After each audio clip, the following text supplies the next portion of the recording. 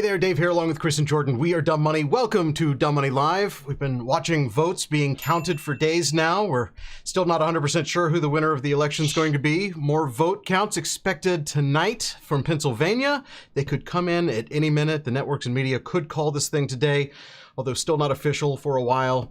It's a very close election. We're a divided country, but I think there's one thing we can all agree on, at least for me. I've heard more about Pennsylvania and Arizona and Nevada in the past 2 days than I ever cared to hear about. And if you're with me, smash the like button.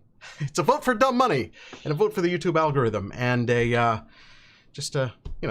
lets people know that we're on the air. It's a vote for us. And really, it's a vote for us to move on and cover today's main topic once we get to 200 likes, and we already have 154. So thank you, guys. Chris, Jordan, have you been glued to TV news and Twitter and all of that for the past 2 days like I have? No, I've been on some bike rides, so I've gotten out of the house. It's nice. We bailed on watching the coverage last night and watched Horrible Bosses instead. I feel like I made the right choice. That's a fantastic movie, so yes, I agree with you. All right, I can't hear Chris. Chris. Hear you either, Chris. You were on. There Sorry. you go. I'm here. You got me Yep. now? Dude, Jordan, you're bike riding. I have not even barely gotten up to go to the restroom in 3 days, dude. And like, are you kidding me? Are you kidding? First of all, I can't Dave, watch the same people talk about the same thing over and over and over again on the news. I just can't do it. No, but they're talking about new things. We now have a purpose. like actual numbers coming out. Tonight, we're supposed to see what happens in Pennsylvania. Jordan, Yeah, that might happen. We might get about halfway there again on Maricopa County. Dude, We know Nevada came out and said that they're gonna let this thing drag on for another week. Is that true? Well, they have. it doesn't matter. It won't matter. It won't matter. By the way, can we just tell everyone, because I know they want to know, we will talk about Peloton at the end of this episode. We have lots to talk about. We will talk about Peloton. Earnings later. came out, stock went down, and apparently stock went up, and I haven't even watched it since then, so we'll definitely talk about that. But we are at our like count, so you want to do the thing? Yeah, and I can't believe you said we don't know who won the election. We know exactly who's winning the election based on our data. Our data. Is it 100%? No. Is it 99? Yeah, it's at 99. Okay. Thank you for that. As the votes continue to be counted and recounted, we are all anxiously awaiting the final unofficial call, followed by all of the outcomes of various lawsuits. Of course, the election results formally made official January 6th when a joint session of Congress declares the official outcome. But before that, more vote totals could be released any minute now. We're expecting more from Nevada tomorrow morning. Clark County working through their mail-in ballots now. We're expecting more from Pennsylvania later tonight. The networks could call this thing anytime now. I've got 2 different channels on right now. The thing is, Chris publicly called this election before anyone else that I've seen. He predicted that Joe Biden would be the winner just an hour and a half after the East Coast polls started to close. So far, his prediction seems to be holding true. On the path to 270, depending on which network you watch right now, we're at about 253 Biden, 214 Trump. But Chris has been making trades. I've been making trades. Jordan has been making trades. My core holdings are skyrocketing again today. Chris, Jordan, let's do this. This is Dumb Money Live with Chris Camillo, Dave Hansen, and Jordan McLean, streaming live on YouTube. We are Dumb Money. This is a big episode. This is a huge episode, and I'm going to tell you why. Why? People think it's so hard. People think it's so hard to make crazy money in the markets, right? To beat the index, to beat the professionals. And I just want to say something. I'm going to start by saying how much my account was up today, because I think it's really important. It's important to be transparent, to share the good and the bad. And I'm going to break it down for you how it happened, because it's very easy. It's very easy. And we are transparent about it, good or bad. We definitely share our accounts. I'm going to look up mine too. So how much do Did I tell you how much my account was up today You yet? haven't told me. It's crazy. It was a record day. It was like not a record day, but it's up there. It was a $1.5 million. That's how much money I made today in the market. Wow. And do you know how we made $1.5 million today? See, Jordan, you're making fun of me for watching the TV for 3 days straight, but you have to understand something. I knew that today, this week, was one of 3 or 4 events this year that were monster opportunities to arb the imbeciles in the market, okay? And by imbeciles, I'm not speaking to anyone personally. I mean people that get distracted by noise. They're all distracted by noise, right? There's noise every day. There's analysts, there's CNBC. What have we been saying for the past 2.5 months? Social arb trading is about preparing your mind, running every single scenario, right? We ran scenarios for a Trump election, for a Trump win, okay? We ran election day scenarios for a Biden win. And then we spent weeks and weeks and weeks thinking about those scenarios and thinking about exactly what we wanted to see and exactly what we were planning to do in each of those scenarios. So by the time today came, by the time yesterday came and 2 days ago, when the scenario of a Biden win started to display itself, and it's been displaying itself for weeks now, right? And we've been talking about it. What have I been saying almost every episode? I'm leaning into my Biden trade. Okay? And the more I see, the more I'm going to lean in. Now, we realized that this was coming to fruition. It's not 100%, but I'd say it's 98, 99 right now. This is very important. I did not get scared. In fact, I went all in on it, right? I went all in. I have $10 million of margin, okay? I tweeted that this morning. I'm kind of maxed out on margin. Yikes. And it's because, yesterday, what happened to TAN, the solar ETF? They had one of their top holdings had terrible earnings, and they were down, right? But I knew that if Biden win came to fruition, it wasn't going to be as good as it would have been with a Republican Senate, obviously, now, because he's not going to be able to push that type of legislation like he would have if it was the blue wave. But I still knew TAN would react really well once the market realized this is happening. Yep. And that's exactly what happened. It's not complicated. It's not hard. You just have to do your work. You have to prepare your mind, and you have to spend enough time getting conviction inside of your head that when this happens, I'm going to do this. Okay? And Jordan, the reason why I'm watching this 18, 19 hours a day right now like a lunatic, and everyone in my family thinks I'm a lunatic, I will literally not, except for this show, I will not leave the TV, is because the second that this starts to turn, if it were to turn towards Trump, the second that happens, I would hope that it would be during the trading window, all right, that I can trade. I am so prepared with a plan that the millisecond that it starts to happen, I have those trades ready to go because I can easily lose $1 or $2 million in 15 minutes, in 30 minutes, if this thing falls apart really quickly. If Trump takes Arizona and then Biden does not get Georgia, and now we're looking at Pennsylvania, and all of a sudden it's like, whoa, what happened, right? Are you going to be surprised by that, or are you planning? I will make more money. I made more money today than I made in the first 15 years of my career. Okay, yeah. More money in one day than 15 minutes of my career. So you know what? That is worth me gluing to 4 different screens, doing whatever it takes, and maybe not sleeping. And you can tell I'm kind of like in lunacy right now because I really haven't slept that much last few days. But it's worth it, okay? It's worth it. And that's what people need to understand. I've noticed that. Yeah, the difference is I'm not right marketing now. myself to the tilt, and I'm not in some of these things as big because we have the Republican Senate, so I'm not that worried about it, right? And I know, but I decided to not go crazy in on the Biden trade because because the Biden trade really was the blue wave trade that never happened. So I'm kind of surprised to see was it though? TAN up a little bit. Yeah, I mean, really, I think today. The way that TAN really materializes is some of the way these things were going to really materialize is if it was, a slam dunk. All these different legislations were going to come through.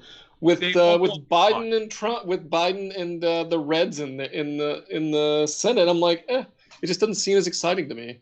it's not as exciting. And you know why? You know why I had to lever up so much is because it wasn't as exciting. Yeah. So I needed to lever up and really go in hard because I wasn't going to get as big of a movement as I would have if a blue wave would have Yeah, played the difference out. is I'm not going to do that, right? I'm not going to tell myself on margin and like totally put my family at risk. It's not going to happen, right? So I'm not going to do that. And so I'm like, I feel good about all the stuff that I own. I actually had a really good day too. It wasn't a $1.5 million day, but it was a really good day. And I'm happy with it. And I got a bike ride and I got 12 hours or like 8 hours of sleep last night. I'm feeling great. You know what's funny is that like when I'm in the hospital next week with a heart attack, Jordan's going to come visit me over iPad because he won't be allowed any other way during this pandemic. He's going to be like, Chris, you see, you should have went for a bike ride like me. And you'll be right. Yes, you will make more than me, but I'm happy with what I made today. I think it's a good day. Listen, at the end of the day, we're all listen, for those of y'all that don't know, all three of us are kind of in a position to where, you know, for the most part, most of what we're doing and most of what we're making is not long-term going to line our pockets. It's going towards various philanthropic missions. If you've been watching Dumb Money all year, you know that, you understand that. So it's not like I'm trying to, you know, buy a private jet with this money. I'm in my head, like last night, I fell asleep for the first time in like, I don't know, 5 or 8 years with the television on in my bedroom, and my eyes, I couldn't even read. Like I'm holding my phone, I can barely see, but I'm like, it's for a cause. It's for a greater cause. And like, if I can just get through this week and really kill it, I know I can do something really great that will ultimately benefit other people. You know, my passion in life, which is, you know, pediatric causes and kids. So anyway, that's that. Let's talk about the trade. I mean, Dave, what are you in between me and Jordan? Are you basically kind of taking some I'm always in between. So yes, I am on margin again, but not a lot. A very just normal-ish amount. Not even 10% of my portfolio, which is kind of like if I was going all in on a trade that I had high conviction on, I would do 10% of my portfolio in margin, right? Where you go, the maximum they'll allow you, which is probably what, 30%, 40%, depending on which stocks you're in, 100%. Yeah, a lot. A lot.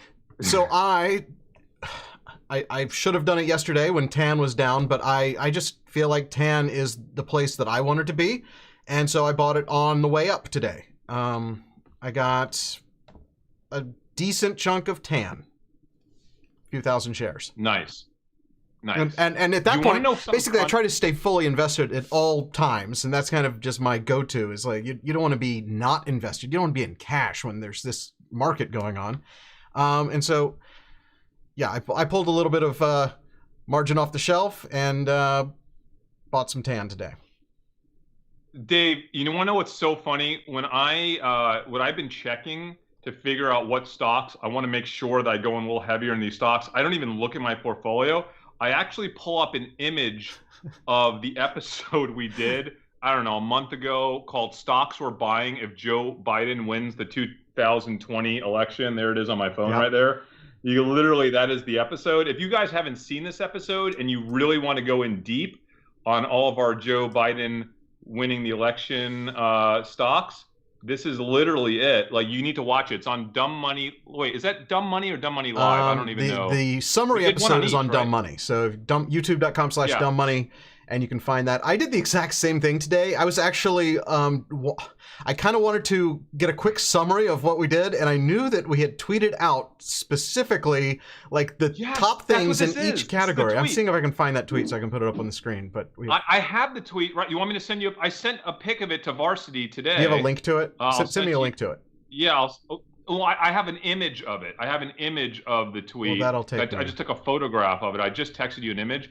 And so I'm literally reading a tweet that is an outline of an episode we did, I don't know, a month ago, to remind myself of all the research we did of our Biden trades to make sure I have enough of each one.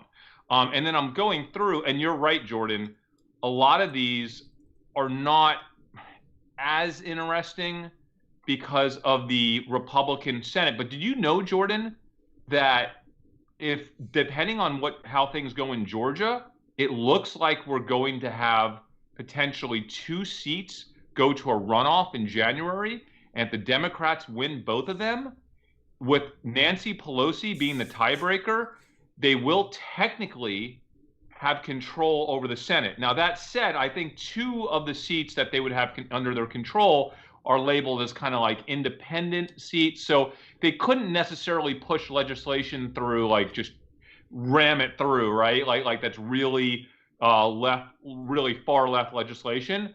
But they still technically could have control technically of the Senate. So that's in the cards right now. And I think that might have something to do with TAN performing even a little better than I expected it to today. Which, by the way, I was surprised that TAN was stocks, not actually in that summary, because I know we mentioned it in there, but we didn't put it in the tweet. It wasn't. But I guess that's the one that I remember just from memory that we were in, and the one that I was most interested in when I was basically pulling up a bunch of charts and like, what is the like the future? Like, do I want to be in turbines? Do I want to be in, like, we had so many great ideas, but I didn't want to be so spread out across the board. So I went with solar, and instead of picking a solar company, I thought TAN was the ETF of choice. It's a good one, but you know what, Dave? Also, I like went deeper into all of my EV stocks, right? So all the EV companies, like including the Chinese one that Leon's going to talk about probably next week or the week after, Helion, like Plug, obviously Tesla, like all the EV stocks. I like deeper into all of those. I obviously went crazy deep in the TAN. You want to know how much TAN I have? I have over $1 million, I think $1.5 million, $1.5 million of TAN alone. I also have 200 call option contracts on TAN. Okay. How's the premium on those right now? I was considering options, but I went with direct stock. Yeah, and you know what else I did? I went in, I was thinking, what are the stocks that even the Republicans, like what are the areas where the Republicans are going to be like, okay, we got, a Democratic president, a Democratic Congress. We got to kind of show that, all right, obviously the American people, we got to give them something, right? So what are they going to give them? I'm thinking that the Republicans and the Democrats right now both really need to appeal to rural, right? Rural America, like Trump did. And the Democrats are going to come in and want to spend crazy money on all the infrastructure stuff, on housing, right? All that stuff, all of it. Don't you think, Jordan, the Republicans going to be like, oh, yeah, they're not going to hold that back, right? No. There's no way they can hold that back right now. No way. So remember we did all that work on the home builders that were doing cheap houses, like KB Homes. DR There's a whole bunch of, I actually don't have that list in front of me. We didn't have that on the No, tweet. A lot of them were in the tweet. There's like 4 of them. There's like 4 of those home builders. They're not on our list. Are. Oh, yeah, yeah, they are. I'm sorry. DHI, that's DH Horton. LGI, I can't remember what that one is. And KBH is KB Homes. LG. Yeah, LGI like focuses on the millennial, like homes for millennials. They're really good, appealing to that segment. And KBH, by the way, my favorite, Beacon Roofing, and they should do well. I just think, guys, that's something that everyone can, like, no one's going to say no to that, I don't think, quite honestly. He might face, you know what else, guys? I don't think in 2020, when the Democrats try to spend a ton of money on wind and solar and clean energy, I don't think the Republicans can say no to that either right now. Would you agree? No, yeah. So what do we have on wind? What's the wind one, So Dave? on wind, we have NEE, which is, well, let's see if I can pull that up real quick. Jordan, how about your turbine company? The turbine company's up like 12, 13% today. Yup, I'm in on all. I went in and doubled down on all of them. Okay, on all. So NEE is Nextera Energy. They are up 1.95% today. The turbine company TPIC, that is up 11.8% today. That just look at that. What a beautiful chart. Amazing. I love this. I love this so much because it's so simple. It's so simple. It's like the whole world saw this coming, and then it starts to happen. And it's like, dude, just prepare your mind, guys. Prepare your mind, run the scenario, and just, by the way, when I say that, I'm not actually talking to anyone. We're not financial advisors. I'm talking to you. You're talking to me, strategy, and you're talking okay? to Jordan. I'm talking to you, yes.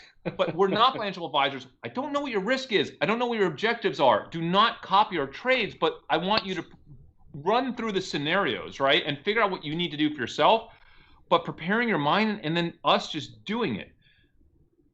Jordan, you went all in on research back that last episode. I thought it was the turbine company, but maybe it was AMRC. Was that, or was it the battery one, AES? One of those three. I own some AES, and I haven't even. That was yours. I don't even Okay. know how it's up 5% today. That's not bad. Yeah. These are good. These are good companies that I think. What I like about these guys is that, like, I know there's some retail investors in these stocks, but not to the extent that they're in the EVs, right? So like the EVs, everyone's going to buy those up because everyone knows them. All the Robin Hooders are in them. These are slightly, ever so slightly more behind the scenes, even the home builders. So, you know, I really like them. It's not a complex. Well, AES, it says 102% held by institution. Is that possible? I mean, I guess it'd have to be. It's possible.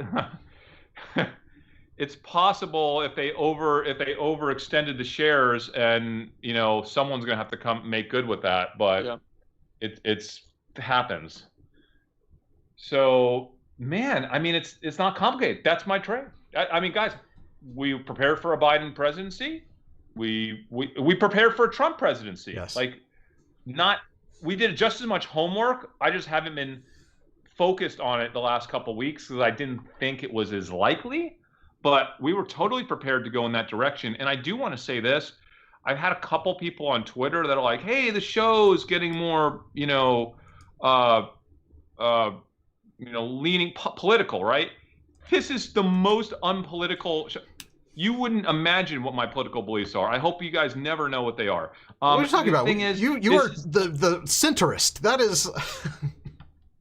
I'm not even a centrist. That you could not define me. I guarantee you, no one watching the show. It would be like a multi-hour conversation to define it. But we're not even going to get into that. Here's the thing, guys. It's about just seeing things as they're happening. It could be. Remember, we called the election for Trump in 2016. Okay, that didn't make us Trumpers. We called the election for Biden. It doesn't necessarily make us huge Biden fans. It doesn't matter. That's not what this show is about. That's not what this channel is about. It's just about seeing the data, trading the data. If it's Biden, great. If it's Trump, great. It does not matter, guys. And we're not going to shy away from it. I'm not going to shy away from talking about what we think is actually happening and how we're going to trade it. Which, by the way, because I'm going to point out that someone doesn't want to think about a certain person being president. Harrisburg, right? Pennsylvania has election officials briefing live right now. I can't hear what they're saying, but I'm going to pull up a transcript. Or just turn on the volume.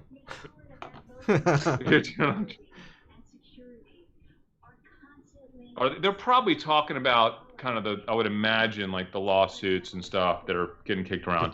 I do want to say about the security and the legitimacy of everything that they're doing. I think here's what's important is what's left. I think for those of y'all that have not been just knee deep in these 4 remaining states, and you want to just know what's happening, I've been doing my own analysis, as y'all know, just my own ratio analysis, and based on that, I believe that unless we get like a bucket of votes that's unanticipated, that goes in a direction that I just can't foresee based on what's been coming in, my prediction model, the dumb money prediction model, actually has Biden winning all 4, right? So winning Arizona, winning Nevada, winning Pennsylvania, and also winning Georgia. So I actually tweeted yesterday that, my model had Biden winning Georgia by like between 5,000 and 10,000 votes. So like, we'll see if, I don't know. It's impossible to know because it's based on ratios, right? It's based on the ratios continuing to come in like you think they're going to come in, purely based on I'm making some adjustments, obviously, for it being mail-in votes. Like in Arizona, I think like they're splitting half of them that are coming in or kind of mail-in, half of them are day up. There's just a lot of work that goes into it, and it's not perfect. But that's why I kind of have had so much conviction that Biden kind of has this. And the here. Pennsylvania numbers that you're looking at, those are the of the uncounted votes, they're predominantly out of Philadelphia as far as number of votes that still haven't been counted, and they are all mail-in. And what we've seen in Pennsylvania, they're all mail-in, so you're giving anywhere between a 10 to 15% edge on a mail-in vote towards Biden. So if Biden's at 80%, you're going to assume that the votes coming in now in that district are going to be somewhere between 88% and 92%. Okay, that's kind of the modeling that I'm using, and using that modeling across the board is kind of how I came up with him taking all those states, which, by the way, is not really that any different right now from what they're doing on CNN and Fox News. They're just finally starting to talk about it in that sense of ratio, where yesterday they weren't. And we're just, because we're not news, we are able to jump out there with our prediction way ahead. Your personal Twitter account is not going to, really sway anyone's opinion. So you're just willing to jump out there and say, yes, it's Biden win. And you did that in an hour and a half after the very first poll closed on the East Coast. Yeah, and this is very different than the prediction that when we predicted that Biden was winning at 7:30 Central on election night. That was a totally different type of data analysis. That was purely based on analysis coming out of suburban precincts in Florida, Georgia, North Carolina, and Texas, seeing that Biden had a very strong edge in those white suburban districts, and knowing that that was highly scalable or extrapolated to the rest of the country, because every state has suburban districts, and people in suburbia, kind of no matter where you live, most of suburbia kind of thinks the same. So if you think that Biden has an edge in suburbia, and we didn't get distracted by the fact that Trump just killed it, slaughtered it in South Florida, that was a very unique situation. I was more focused on extracting that suburban data, extrapolating it over the rest of the country. That's what gave me the conviction to call the election for Biden at 8:30 Central, roughly 8:30 Eastern on election night. So this is a very different type of analysis. And I think it's, what would I do right now? Guys, right now, what I'm trying to think of is, based on the exit polling and the demographic lessons that we've learned from this election, you have to get in the mindset of Congress, in the mindset of senators of the two parties, Republicans and Democrats, and you have to now start to think of the lessons that they learned and how that is going to impact the type of legislation that they either support or the type of legislation that they push up hard against. So if you want a social arb politics, if you want a social arb government, right, in the political system, right now, you should be starting to think about that stuff, right? How is this, there's nothing, is this going to impact gun legislation? Is it going to impact, giving money to rural America and protecting, some of their jobs? All of that stuff you should be thinking about, because the Republicans have to walk away trying to be a little bit more like Trump in the way, I'm just saying, in the way that Trump reached out to and spoke to and tried to, at least on the surface, support things that rural America, right, was really, really, really interested in, Yes. And got them activated. Yeah. Don't you think? Absolutely. We were talking about this earlier today. Democrats. Trump is going to have a long-lasting effect. Whether or not he is reelected, he's going to have a long-lasting effect. And I saw your tweet earlier today about the possibility of Trump running again in 24. Okay, can I just say something right now, Dave? I don't have conviction on that, but I do have conviction on something else. And I want to say it right here. I want to timestamp it for the whole world, because I do have conviction that Trump Jr. is about to start a major political career. I think he's going to start it in Florida.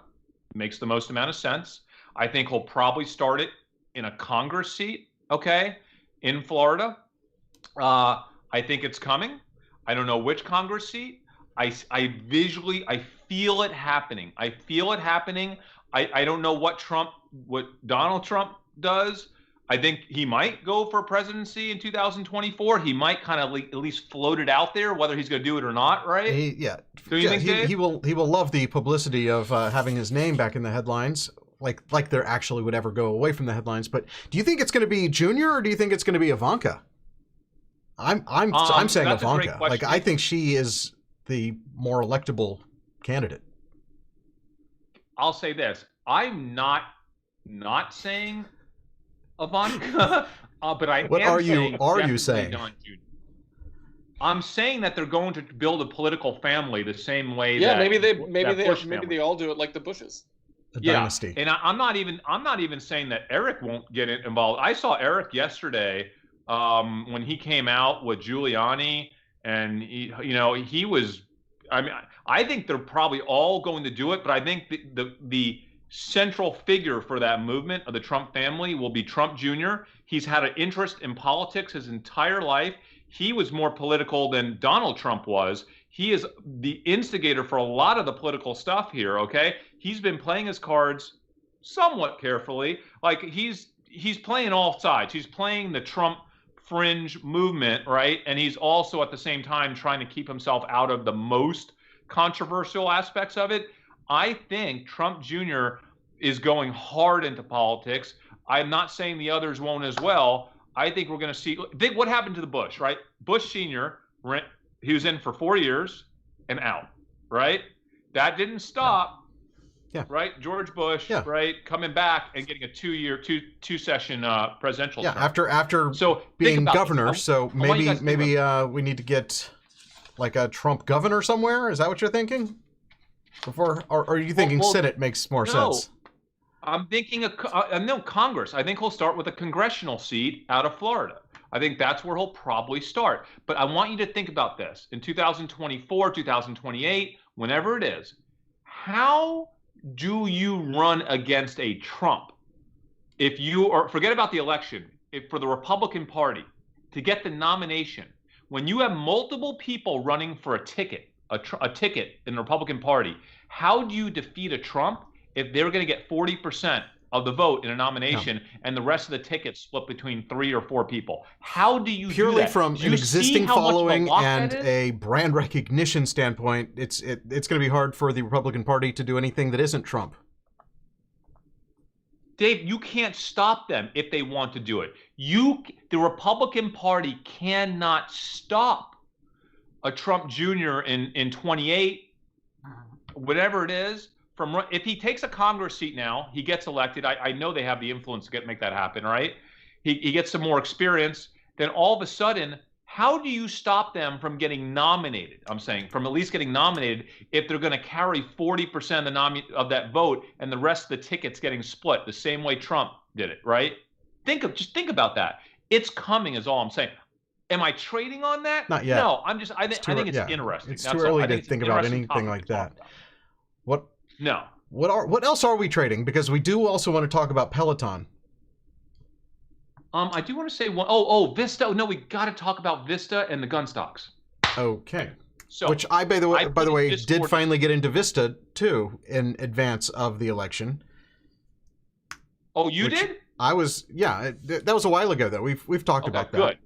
Good. Yeah. So as you guys know, I'm up so much in Vista. It's basically a double. Okay, and like since earlier this, I don't know, the spring or the summer. So, and I also have had options. I sold half of my Vista today. Okay, and I want to tell you why. I just felt that they had earnings this morning. They had really good earnings. Earnings were out. I sold half. I still have a crazy large Vista position. Crazy large. And I wanted to keep the other half for now. I don't know if I'll keep the entirety of it for the next 6 months. I have to think about that. But Vista is a lot stronger, and the gun stocks in general are a lot stronger in a blue wave scenario. That is one of the sectors that I think is the most impacted by having a blue wave where the Democrats control all 3 houses of government. versus 2 of the 3. Okay, so that makes me a little nervous. Not so nervous that I don't think they're going to do exceptionally well. In fact, if we get any kind of chaos, right, the next month or two, Yeah. But I don't want to be so overexposed in guns and You ammo. had so much Vista. After You were overloaded in Vista. Crazy. I had to take half off the table. All right, so I had to do that. So I was considering selling it as there's- we kind of were moving towards a Biden presidency. I was thinking this is one that I should sell. I have not done it yet. I've been playing that momentum as it keeps going up. It's the last couple of days it's been up. This might be one that I put a just trailing stop order in, because I'm good selling it, but I don't necessarily want to stop the momentum train. Yeah, Dave, I think I'm going to sell maybe a little more of my Vista as well as my Ruger, or some or all my Ruger, or some or all my Smith & Wesson over the next few days to few weeks to few months, because I think the social arb opportunity is like way smaller. Yeah. Is there something there? Maybe.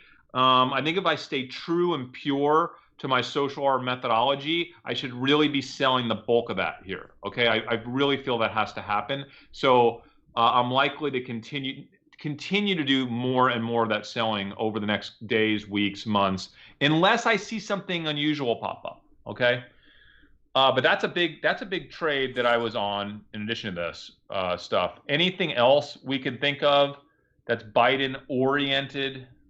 Guys, you're naming out a lot of good stuff here. Helion, we talked about that. EV, all the EV, all of it. Tesla was my big, just going for forever trade. I love Tesla, and that was during our Biden episode when we were talking about all of the electric energy companies and whether it's solar or battery or whatever. Tesla's my go-to. Yeah, I don't blame you there either, dude. I don't blame you there either. So listen, for me, Jordan, anything else? Are we missing anything on Biden? I don't think so. Have we talked about like some of the infrastructure type stuff with because are you in Caterpillar? Or are you in Cummins? What are you in? Oh, yes, China. Yes. Yeah. Yes. How did I almost forget about that? Because you have like 90 stocks in your portfolio. That's how. Dude, globalism. The globalism. Okay, this is so, movement. Dude, Jordan, thank you for saying that. Like, this would have been the worst episode ever if we got through this and didn't address this.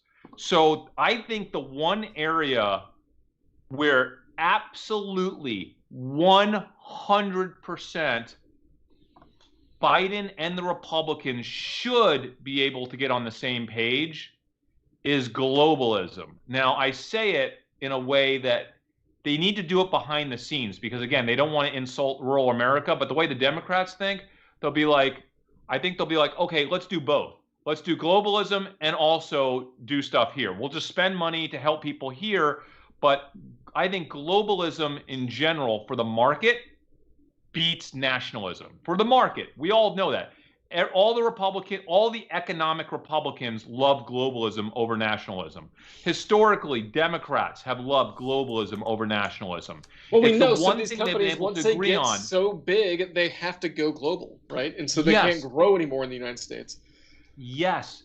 Like Starbucks, they had to start opening stores in China. They had to start moving and shaking that way. Apple needs to sell iPhones in China. It has to keep happening. But Jordan, not even the tech stocks. How about Dunkin' Donuts? Yeah. How about Starbucks? How about all of these, Costco? Literally, yeah, we know Starbucks is making the push. Yeah. It's all global. It's all global, dude. It is so important. So listen, the globalism is back on, dude. It's back on. So I think that's a monster trade. How are you going to play it? I bought a ton of cat. Cat was down yesterday too. Did it shake me out? No way. I didn't get it didn't shake me out. I kept my cat. I got like 700K cat. I got a lot of cat. A lot of cat. Yeah, a lot of Caterpillar. Only because I knew it was an institutional globalism trade. Okay, on China specifically. So you got to remember, guys, let's look at the building blocks of this. If globalism is on and all of our U.S. amazing US companies are free to now go all in on China, meaning let's build 10,000 more Starbucks in China. Let's build 5,000 more Kentucky Fried Chickens and Dunkin' Donuts and Apple stores and all this stuff. Who's going to build that? What tractors are going to build that? Caterpillar, guys, Caterpillar, okay? So it's a big globalism trade for me, at least. There's other ones people are talking about. So people are talking about GE, DHI. I'm not saying there aren't a whole bunch, but for me, Caterpillar was a clean and easy, big cap globalist trade, okay? And I love it. I love it. What else do we miss? I don't know. Oh, there's a stock that's way down right now. What? It's down 7%. What? Do we own After hours. After hours. Yeah, we own it. What is it? Oh, what? Peloton. Oh, Peloton, dude. It's down 7 now? It's Some of us, $117 some of us right now. don't own it.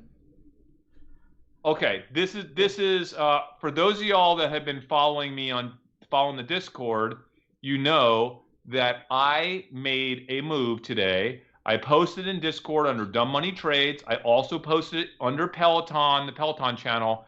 I fully covered 50% of my Peloton position. I have 35,000 Peloton shares. I bought 175 puts at the $125 strike on Peloton. Why did I do it? Not because I saw anything wrong with Peloton, okay? I did it just for one day. These puts expire tomorrow. I did it for pure insurance. That's it. I was concerned about, I stated my reasons. I was concerned about maybe supply issues. I was concerned about maybe logistical issues. And then I was concerned about maybe some other random thing, not knowing what I don't know about some weird comment that will be made that will spook the market, not in a big way, but like Peloton, the expectations are so through the roof short term that any little miswording can spook people. Now, I read crazy the report, expectations, and people are sitting on a crazy amount of profit with this thing. It was $30 4 months ago, and so people sell the news. Jordan, we went nuts in it at 24. You did. I bought my first buy was like $30. I didn't go nuts. I bought a decent amount. And, Pretty good. Yeah. Good. Listen, I did it for the day. So I know this. I'm going to sound terrible for saying this, and I know so many people in the Dumb Money community own Peloton, but I am inside. I have to be honest. I'm so rooting for just like a one-day Peloton drop, just a one-day drop. Just get killed for one day, and then come right back. I don't care if it comes back tomorrow afternoon, comes back on Monday. Because when I had to spend, guys, how much I spent for that insurance? I spent about $85,000 to insure half of my Peloton for one day. That's how much it cost me. It cost me $85,000 to buy insurance for one day on only half of my Peloton, only half. So if Peloton, I think my break even is like 119. So anything below 119, I really start goosing profit on that. So I'm not selling my Peloton. But I will sell these puts in the morning. So if I could just make some money on these puts, and then Peloton can come right back up. I actually think that Peloton might just come right back up tonight because I think they're going to crush the conference call. I'm sure it will come back up, and I'll just lose 85,000. But it's what I needed to do to sleep through the night. Yeah. Well, that was the thing is that there's a second volume spike, right? And so I'm wondering, is that the conference call? And the second volume spike was sell, mostly. It was a sell. I don't know, Jordan. Again, we don't know. I just see the chart. It spiked. It dropped immediately when earnings were announced, and then it went up at about 11 minutes after the hour, and then by an hour later, it was back at its low. Yeah, earnings top line and bottom line were a beat, and they raised guidance for 21. Here's the thing. I read the highlights of the earnings transcript. It was amazing.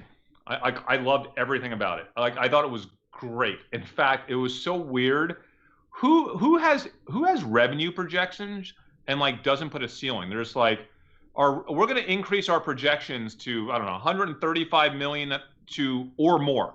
They didn't cap it. I was like, that's a huge positive for me. If they're going to come out with their earnings, be like, we're going to earn at least that much. And I'm not even going to try to cap it because we're going to earn between 175 and infinity.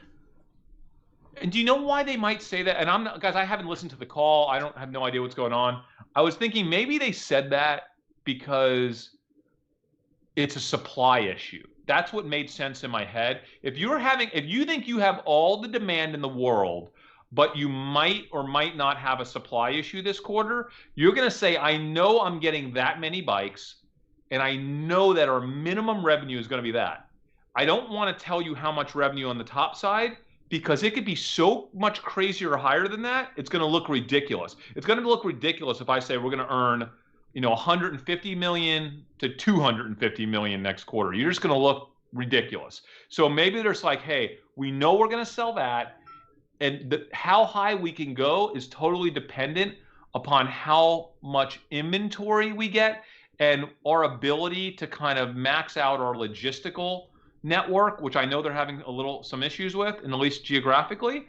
So if that comes out on the conference call, I think that would be really good for Peloton, and it might recover. I hope it doesn't come out in the conference call, because again, I want Peloton to go down. I know people hate to go down for 24 hours and then just go right back up, because you need to get some premium back out of those options, and you need to basically pay for your insurance bill, and then you can have it go right back up because you have a ton of the stock.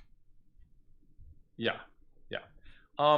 By the way, someone says, I heard Chris bought NIO. Yeah, I bought NIO. We're going to have an episode on NIO in the next 2 weeks. Yeah, I did. It's a really cool company. I'm actually super excited about it. It's a great Biden trade because it's the Chinese Tesla. But Dave, guys, have you guys spent much time on NIO yet? Dave, only enough to know that their market cap is insane. Their sales are very small compared to their valuation. And I mean, I don't know. Can I tell you something about NIO then? Yeah. 58 billion market cap, by the way. How does that compare to like GE? I mean GM. It's like double GE. Well, let me just tell you something, okay? It's like or not the GE, double investing GM, double in GM. Sorry. The Chinese Alibaba back in the day when everyone was focused on Amazon, right? So it's like this is no joke. This company is no joke, guys. I'm not going to get too into I'm going to bring Leon on. We have members of the community, including Leon, who's going to come on and do this. I don't know if they hired people on like Amazon Turks or like to transcribe Chinese Weibo chat boards talking about Weibo and talking about NIO into English, because I have that presentation. It's on our Discord and it's incredible, and you could actually see what Chinese consumers, how they feel about this company, the same way, Dave and Jordan, we were able to see how Americans felt about Tesla in its earliest days. And this company is no joke. If there's anything like that, that's exactly, that's the kind of company that I'm looking for.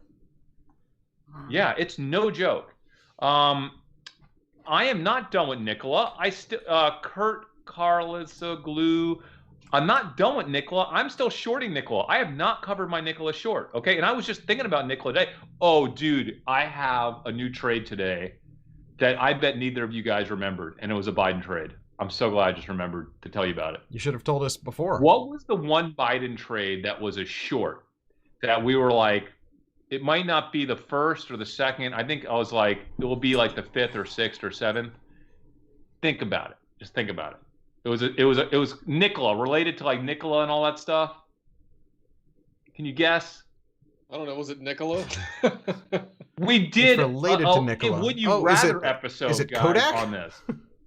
Kodak. Oh my gosh. I bought puts on Kodak today, just like I said I would when we did that.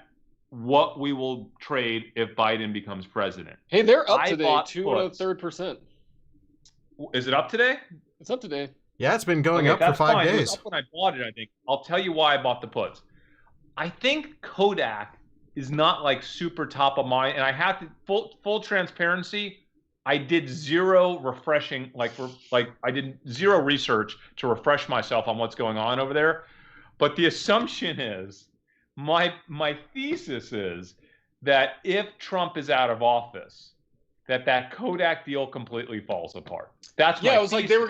they were gonna make pharmaceutical compounds for the federal government. Was that what was going Yeah. on?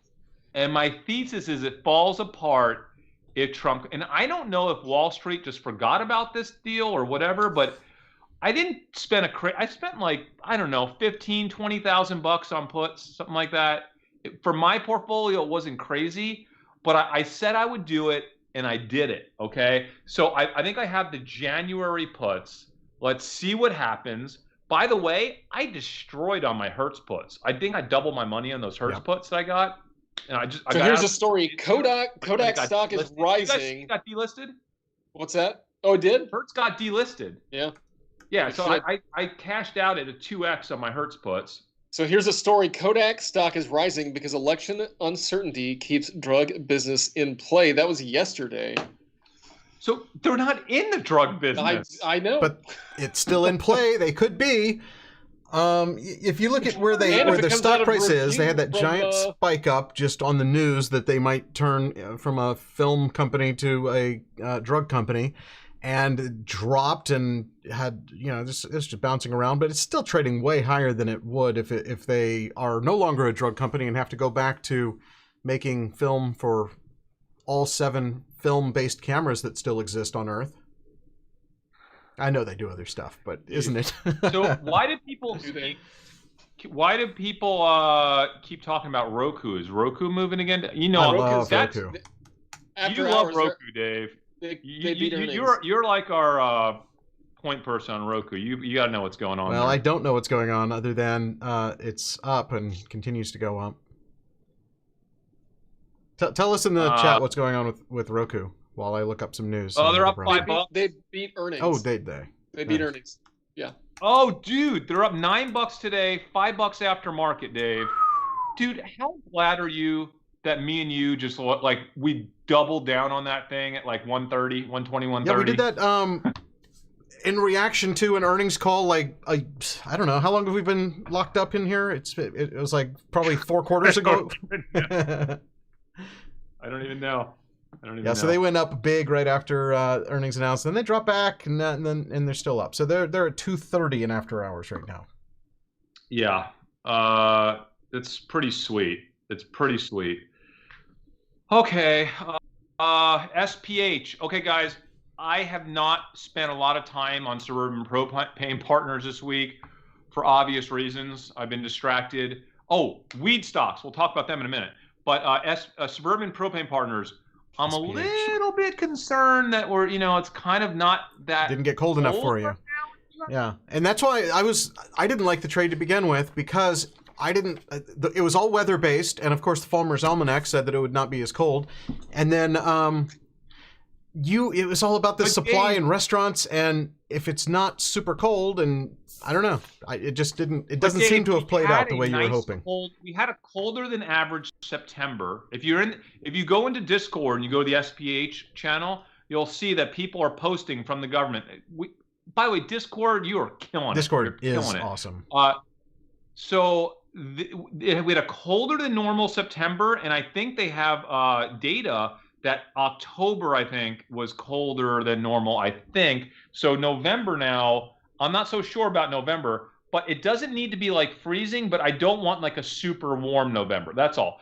It won't impact the restaurant trade so much, but because it's going to be cold enough to have heaters going at restaurants, but it will impact, how many people are using bulk propane from SPH for cooking and heating their houses. Again, like 5% of the country heats their houses with propane, guys. People don't realize that, and that's a part of their business. Okay, so we need it to stay pretty cold. So I'm going to do a check on weather probably this weekend, and I'll update you on my feelings on the propane trade.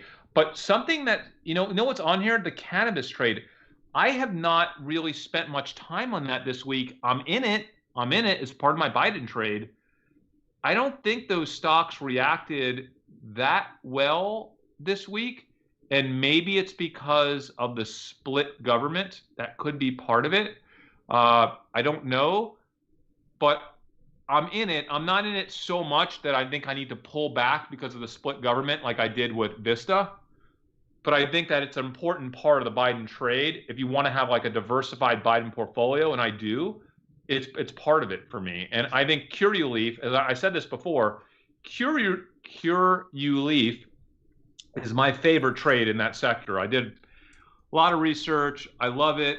I think they're focused in the right areas. They are a vertically integrated producer / they own their own distribution and retail. They have the ability to get licenses, and their margins are really nice because they control everything all the way down to retail. I think that's going to become really important to be these vertically integrated players that have the ability to control moving their own inventory, right? And they're not at the mercy of other people. They can market their own products. I think it's a really cool play in that space. Planet 13, guys, we need to look into Planet 13. I keep ignoring it. Our community loves it. It's that Vegas store, the cannabis store in Vegas. It's like a Best Buy. The Best Buy of weed. Yeah, you know what? They are attractively valued, or they were. I don't know where they are now. Like they actually spin off a tremendous amount of profit. Like they're really profitable. Okay. And like they're just you're investing at a really reasonable PE. And the only thing I don't know is can they take the model that they have in Vegas and replicate it out of Vegas? But I kind of want to invest in it because I feel like even if they can't, that one store in Vegas is going to blow up once Vegas reopens. Like once Vegas reopens, that store is going to do double or triple what they're doing right now, and they're already killing it. So like, I think it's, I kind of like it. I really do. And I might invest in it. So Planet 13 is a $611 million market cap. Looks like, what do they have earnings? Where are their actual sales numbers here? Income. Oh, we'll have to look at more into this one. And obviously, listen, I'll tell you this. I do not think we're going to have an uncomfortable environment the next 4 years under a Biden presidency for that industry sector, right? It might not be a free for all, but I certainly don't think it will be terrible. Now, I do know there were some new people coming into Congress and to the Senate that I think could be a net negative for that world. But, I think that world should have a pretty decent next 4 years, even though Biden's not a real proponent, but his VP candidate is, and she has said that they are going to completely further decriminalize it. So it's a positive for them. All right. Oh, are you ordering an iPhone Pro Max tonight, Dave? And why are you asking Dave? Of course I am. Because I actually ordered mine yesterday. You didn't get a Pro Max. You didn't get a Pro Max then. Yeah, I did. No, Dave. I got the text from from Apple, and it said go ahead and pre-build it and pre-set it up so that the second it can go through, it will just audit. I'll get a text, and I just have to hit one button, and it's done. And I did it all. I'm ready to go. So I might get mine before you did. There's no way you're getting yours before me because I will be the first to hit the button. But I need to know which color you got. Did you go with the blue? The blue. Yeah. I'm really wanting to get the blue one, but I'm kind of wanting the gold one also. I might have to get both the mini and the max. I've seen the blue in person. It looks really good. Does it? Because I wasn't a big fan of the green. Not the max, right? It was the iPhone 12 Pro I saw in blue, and it looked awesome. Did you see the other colors in person? No, I haven't seen any of the other ones. Just the blue one. That's the only one I've seen so far. So, Dave, Amy is getting a gold. She's getting a gold. I'm getting the blue. Honestly, I don't care because I put a case. I do put a clear case, but the problem is the clear case looks so nasty after a while. It really doesn't. And I'd actually want to warn you about the clear case. The clear case, because of the MagSafe magnet connector on the back, the clear case has a white ring that I just find very unattractive. This may be the year you go without a case. And when have you kept a phone for more than a year anyway, other than when Apple delays the product shipment? You don't need a case. I like- You're not going to drop it. I like the tactile feel of the case, if that makes sense. Like I just like that tactile feel. But you don't even know what your new case feels like. Did you get the shiny polyurethane or whatever they call it, or the kind of? I used to like the textured kind.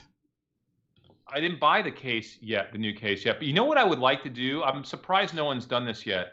You know how you can get your garage floor, or your Jordan would relate to this, your pickup truck bed sprayed with that tactile stuff? Rhino Guard or something? I'm surprised no one's doing that for phones yet, right? Like, no, you can totally get anything done on a phone. This is a genius idea. No, it exists. Guys, what if we open up a store in the mall when malls open back up, because we'll be able to get retail space for next to nothing, and you can come in and we have all these different like colors, and kids can do it, and you could get your phone sprayed on the back with all these different tactile pickup truck bed, garage store floor finishes. Does that exist? If not, no way. We should do that. That should be like a dumb money business. I know that there are all sorts of stickers and like wraps and things like that. I'm not sure that there's an actual spray-on gun version. that's like sprays it on. Is that? But then when you get tired of it, like, what do? Do you have to scrape it off? You get it peeled off and you get a new finish put on. So there is a sticker underneath that's holding it on. So why not just have it just be a sticker? Oh, maybe there is. Maybe there is. Because otherwise you've ruined the resale value. Why wouldn't you just have Why wouldn't you just have a case? Maybe there's no sticker. Maybe. Can you tell I haven't slept in 3 days? Yeah, that was a great idea. That was a lack of sleep for 3 days kind of idea. Oh my gosh. Anyway, it looks like the White House is preparing to make a statement at 5:30 Central, 6:30 Eastern, 25 minutes from now. Oh, by the way, at 5:30 today, there's a new video coming to Hey There Dave here. What? What? Oh, this is the one you've been working on. Is this the one on margin? This one's the one on margin. Leverage. Yeah. Nice. So I hope that everyone sticks around and watches that, because it really helps the YouTube algorithm if everybody were to just, right when I drop the link here in the chat, just go right over and be the first to watch it. If I get like a 1,000 people watching us on YouTube right now, if they were to all go over and watch it, 1,000 views that watch it all the way through in the first like 10 minutes, the video's out, that would clearly make this video one of my most popular. Dude, that should definitely happen. But I do want to answer a question I think is really important. People are asking us, are you shorting banks? I think if you watch our Biden episode, you'll see that we talked about that. We talked about shorting banks. We talked about a bunch of short trades. Yeah. No is the answer. And the reason for that answer is because of the split government. Okay. And I'm glad I didn't short banks, because the banks are up today. Because you have a split government, guys, it's going to be more. It's not quite the setup you wanted there, right? Like, it's not the setup. It was more of a blue wave setup to short the banks than anything else. So, no. Jordan, how about there was another short. You were going to buy. Oh, that was the Trump episode, Exxon or something like that. Oh yeah, I'm not touching that with the. That was right now. The only way I'll do that was a vaccine. So if we get the vaccine. And probably not Exxon, maybe ConocoPhillips. Exxon's got some problems right now, but I could see myself buying Conoco, or maybe just the XLE if we get the vaccine. I think okay. I'll consider that one too. People are asking about Bitcoin. I think we should address it. If you're asking, do we still have Bitcoin? If you don't remember, I will never not have Bitcoin until Bitcoin goes to zero, because I've already made a commitment. That I closed my eyes, I bought a bunch, I closed my eyes again, bought a bunch more. It's like 1.5% to 2% of my portfolio, maybe more now because Bitcoin's been going up. I don't ever want to think about Bitcoin ever again for the rest of my life. I know it's in my portfolio. I know I have Leon to update me when things are going really good. If you need to do something, Bitcoin, right? Leon will be there to tell us what we need to do. That's right. And you know what I've done, guys? I've FOMO-proofed myself from Bitcoin. I am Bitcoin FOMO-proofed. I will never fear again that I'm missing out on a Bitcoin move because I own it. And I told Jordan at the time, because he was thinking about it, I said, just get a little right now. Just get a little. It's not too late. Get a little. Yeah. You know, we got PayPal going with Bitcoin. You got all. I feel like I should be It's more. only- I should the have story more. line is only gonna get stories better. about, like, you know, there's some bullshit fraud company that they found $1 billion in a Bitcoin wallet that they own, and I'm like, man, I just don't like to be involved with this. I just junk. feel like I should have a I feel little like the bit more government than I can come out at actually any have time now. and be like, hey, we're gonna do an investigation, like we're gonna start banning it on whatever, and I'm just This is bigger than the Chris. government, Jordan. You know, Come I like companies. I like companies where you got managers. They're trying to work. They're trying to make me money. I like that. I don't like Bitcoin. I think, listen, you're invested in so many great companies. You don't need to be invested in Bitcoin. I need to be invested in Bitcoin because I do have FOMO sometimes, and it bothers me, and I'll admit it. And I know, listen, we have people like Leon that's so close to us in the community. I don't want to have to listen to Leon talking about Bitcoin and knowing that I'm not in on it. So now I'm in on it. And it's it. I'm in it for life. I'm a Bitcoin lifer. Well, I am too. I have $132,800 split between Bitcoin and Ethereum. Here's if my it's problem time to with it. Like, reallocate, Leon, just let me know. What are you gonna do with it? I'm gonna keep it in this nice. I'm gonna keep it locked in my phone. And you know, if the world were to end or it were to just be the, you know, currency of the future, I have some, and you're going to be buying it from me. It's valued in dollars. I would rather own the dollars. What? The dollar is going up 10% today, Jordan. The dollar's up.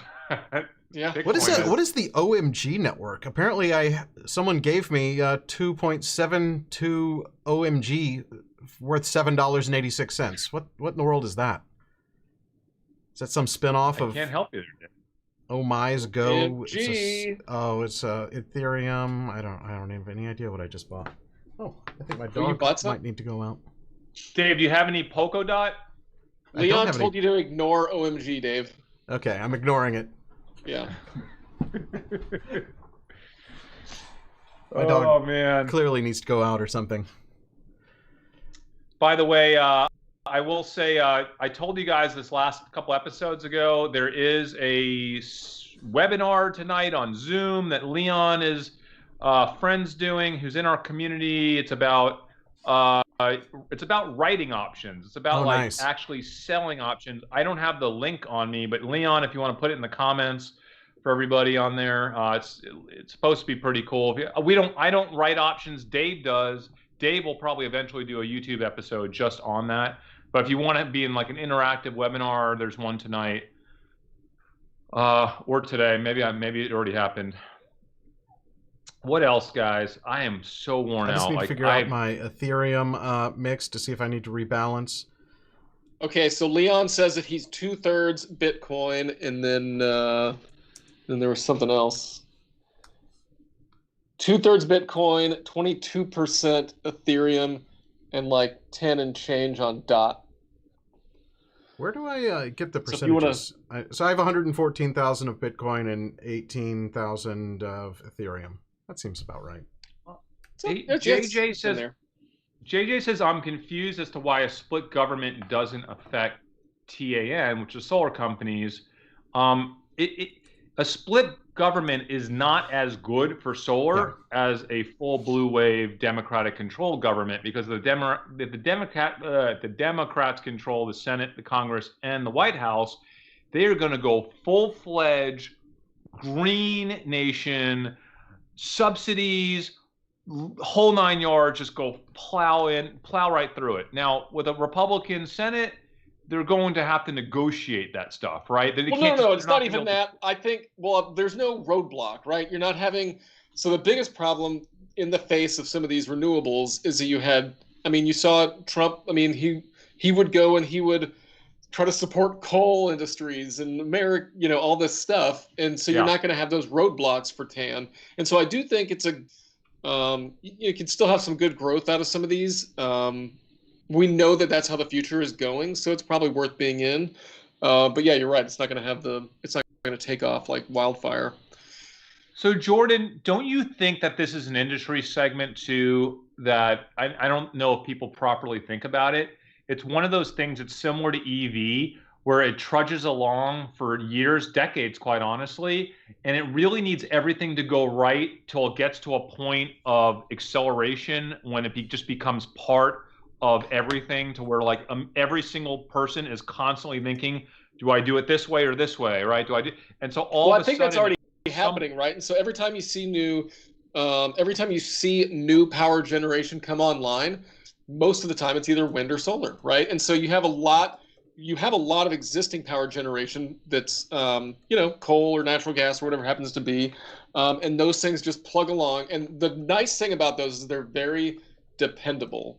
The problem when they're putting up, and you know this, with the solar and the wind, is that they're not dependable. You then have to also augment those with batteries so you can capture and then smooth out some of those generation spikes. but that's why you like that battery company that I'm into, that you got me into. Yeah, they're not straight right? up Because they're a in battery all. company. They're actually a power company, but they've got a stake in a battery. But what they do, they're actually utilities that are in the United States. They're South America. They're just a utility company, but they're massive, right? They're big enough to be in the S&P 500. It was AES, is that right? AES, yeah. Yeah. So they're like just full vertically integrated. What I like about them is that they're safe. You know what I mean? Like it's not a crazy gamble. It's just a good one and they're growing. Yeah, not like the EV stocks we're in. Right. I'm very interested in NIO though. Now that I know it's like China Tesla. Now that you know it's a Okay, $60 Dave. billion market cap. Dave, you need to go through. I sent you the presentation from our Discord. You've got to go through the whole deck. It's a great place to start on NIO because we have the translations from Weibo. Like, there's some really interesting stuff there. Go through the deck. We'll have Leon, whenever things calm down. Right now, we're just all in on the election stuff, guys. And by the way, I don't want to undermine this. The pandemic is like, we're going to get pandemic trades, like, and the vaccine trades here really quick, because like this election thing is happening.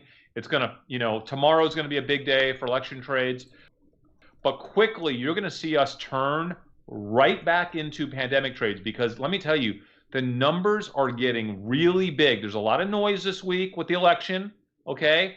But this weekend, next week, I think you're going to see the storyline start to turn back to, wow, this thing is blowing up. It's blowing up in Europe right now. It's blowing up here. There's trade opportunities all over the place. We need to start talking about that again. We start thinking about that again. By the way, then we're going to be a few weeks away from like potentially massive vaccine news again. It's going to get the next, November is. I keep thinking we're going to have a break in terms of a calming of opportunities. Not this month, guys. This month it's on. It is on between election trades, pandemic trades, and bounce back vaccine trades, which is like the mother of all trades. That's like the 8-figure trade for me. Like, that's the big one. When do I pile back into travel and casino stocks? I can't wait to get back into Win. Oh, God. I'm so excited about the bounce back.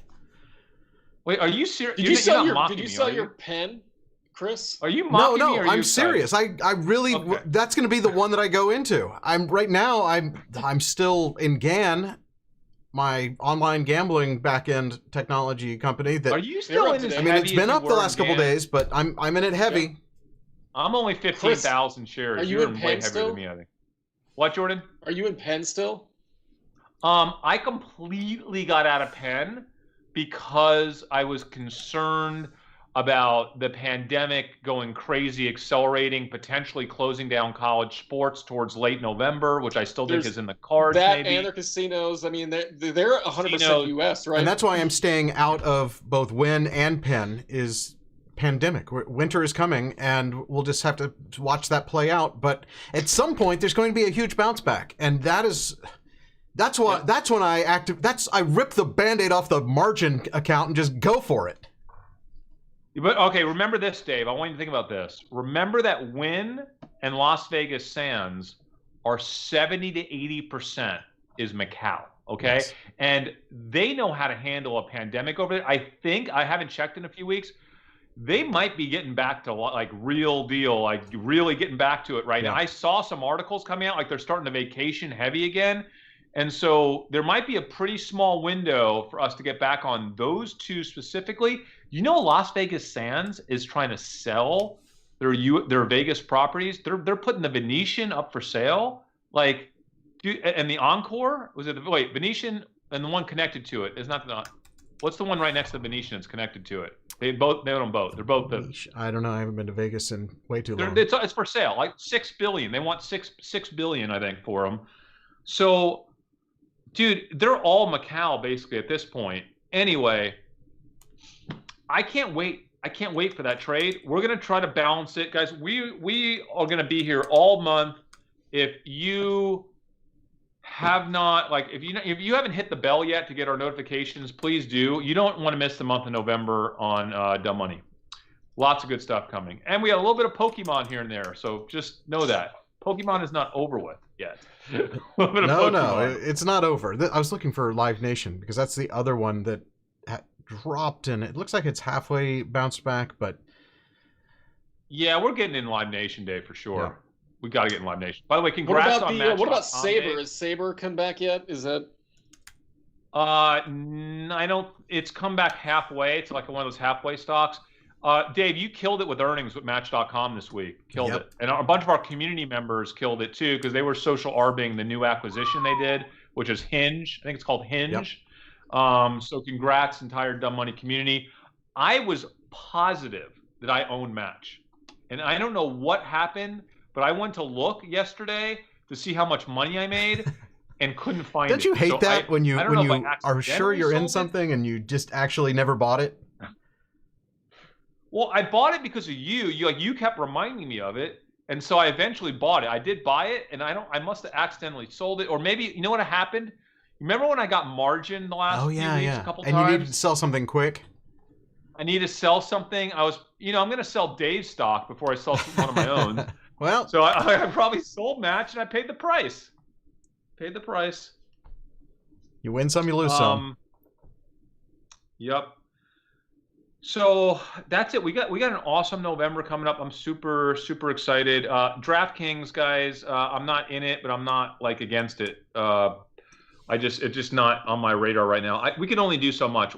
I can't cover like 800 stocks. I can't keep up with the stocks in my portfolio. I'm trying to focus in on the biggest opportunities to arb out some trades. And right now, my head's totally immersed in election trades. I hope that's no longer the situation after tomorrow. Yeah, right? I hope after tomorrow. I would imagine that the election is going to sort itself out. If not tonight, it will definitely be in the next 24 to 48 hours. It has to be, right?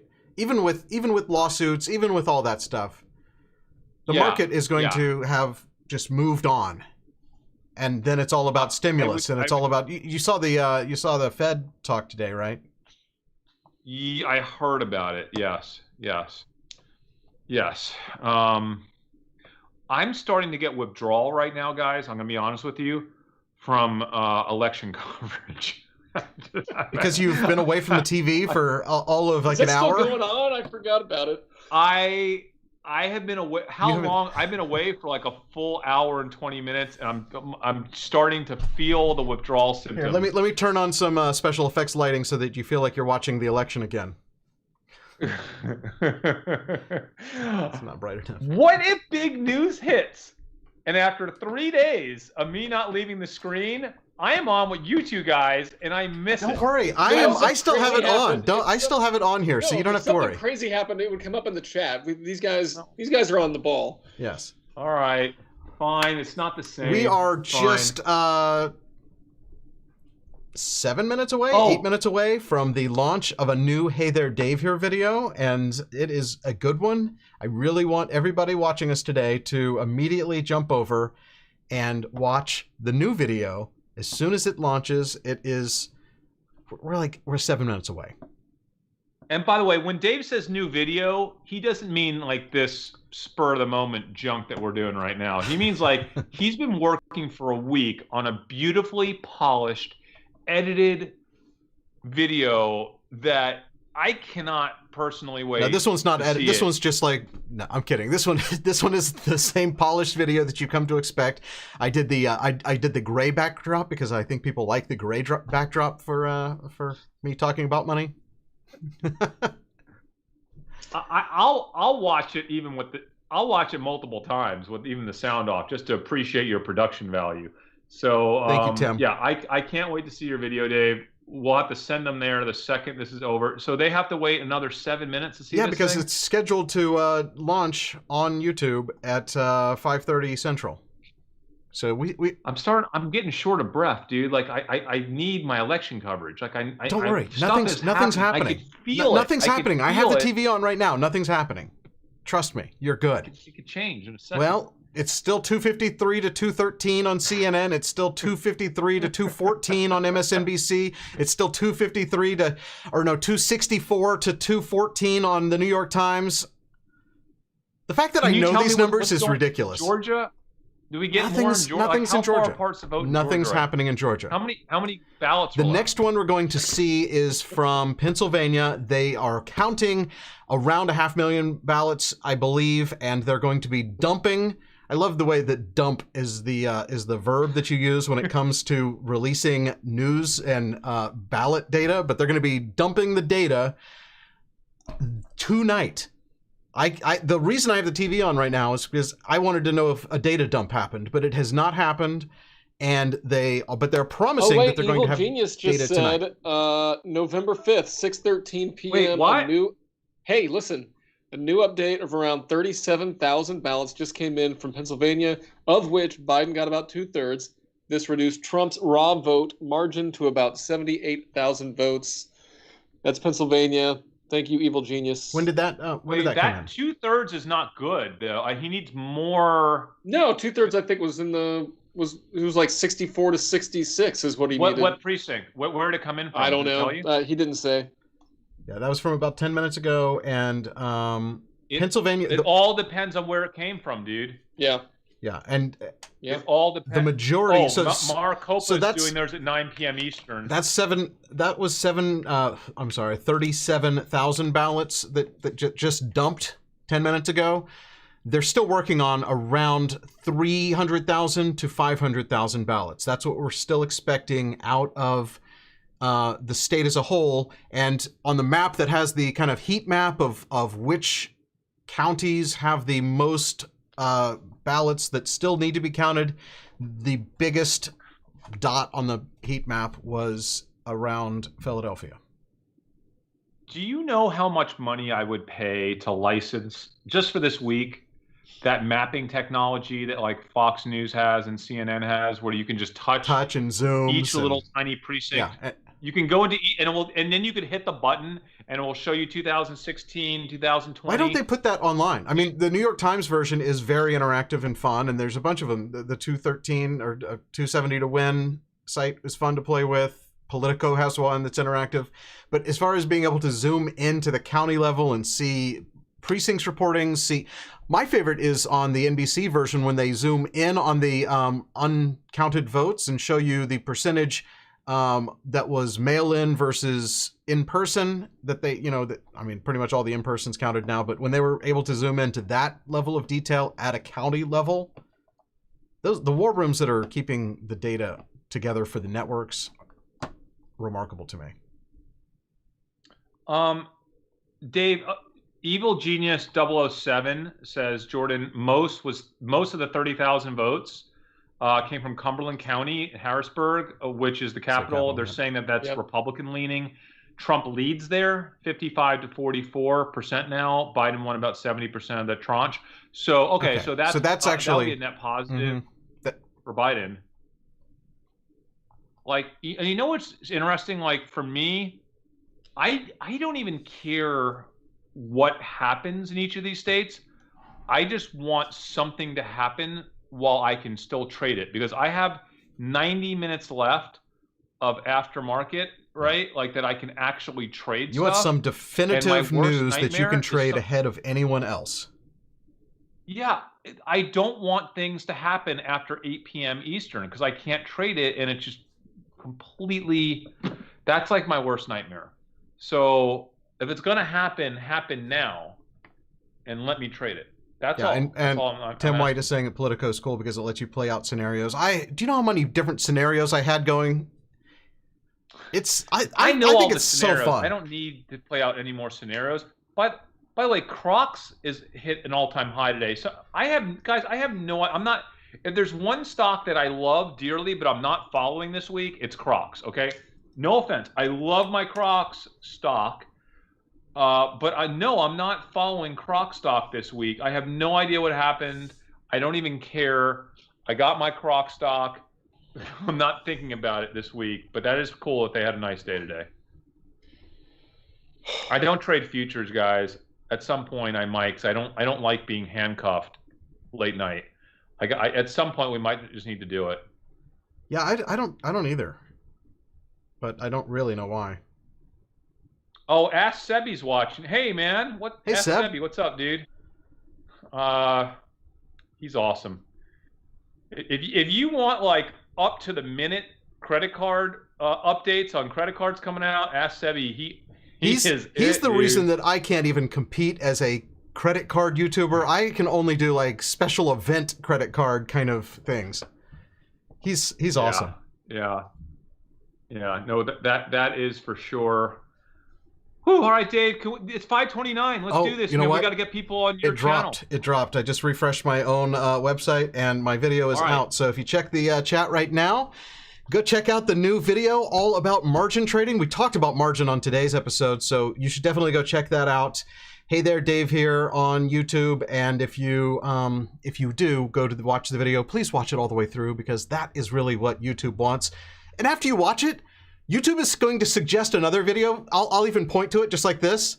Just click on that one too, because that is the best thing you can possibly do for the YouTube algorithm. It's not only watch, but like what I did so much that you thumbs up it and you watched some more.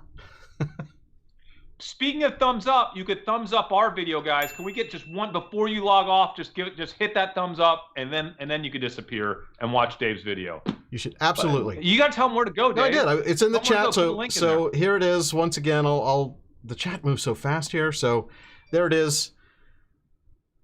YouTube.com/LE. No. Hey there, Dave here. Awesome. And I guess that's going to do it for us here. We just got a little influx of likes, I see. We're up to 559 here. So thank you guys so much for watching. Thank you. And for heading over to Hey There Dave here and checking out that video. And we will see you right back here because we do Dumb Money Live every day now. We'll see you right back here. Is it? I just want to make sure it wasn't Friday. We'll see you tomorrow.